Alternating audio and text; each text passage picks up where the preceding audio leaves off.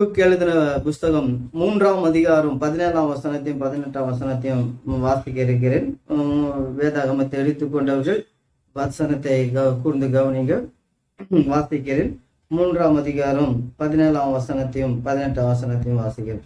அத்திமரம் துளிர் விடாமல் போனாலும், திராட்சை செடிகள் பழம் உண்டாகாமல் போனாலும், ஒலிவ மரத்தில் பலனற்று போனாலும், வயல்களிலே தானியத்தை விளையாமல் போனாலும், கிடையில் ஆட்டு மந்தைகள் முதலற்று போனாலும், தொழுவத்தில் மாடு இல்லாமல் போனாலும்.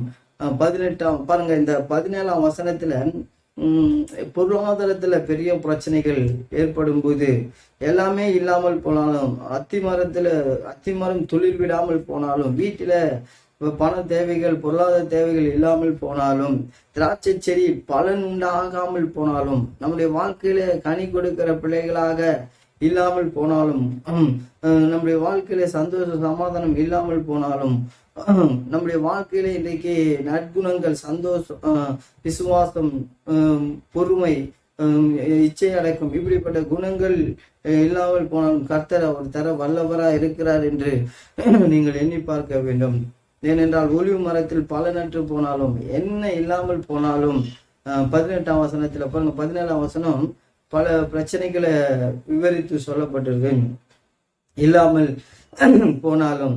ஆனா 18ஆம் வசனத்துல வாசிக்கும் போது பாருங்க, நான் கர்த்தருக்குள் மகிழ்ச்சியா இருப்பேன், என் ரட்சிப்பின் தேவனுக்குள் களி கூறுவேன். அப்போ இந்த வேத வசனங்கள் என்ன கூறுகிறது என்றால், நாம் லோ பிரச்சனைகள், பொருளாதாரத்துல நிறைய சூழ்நிலைகள் ஏற்பட்டும், பல பிரச்சனைகள் நேர்ந்தாலும், பல போராட்டங்கள் நேர்ந்தாலும், நான் கர்த்தருக்குள்ளே எப்பொழுதும் மகிழ்ச்சியா இருப்பேன் என்று வேதத்துல சொல்லப்பட்டிருக்கு அன்பானவர்களே.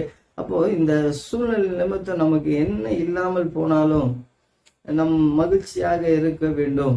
ஏன் மகிழ்ச்சியாக இருக்க வேண்டும் என்று நாம் பார்க்கும்போது, ஆண்டவரை நாம் முழுமையாக நாம் நம்ப வேண்டும், நம்பி பழக வேண்டும், விசுவாசிக்க வேண்டும்.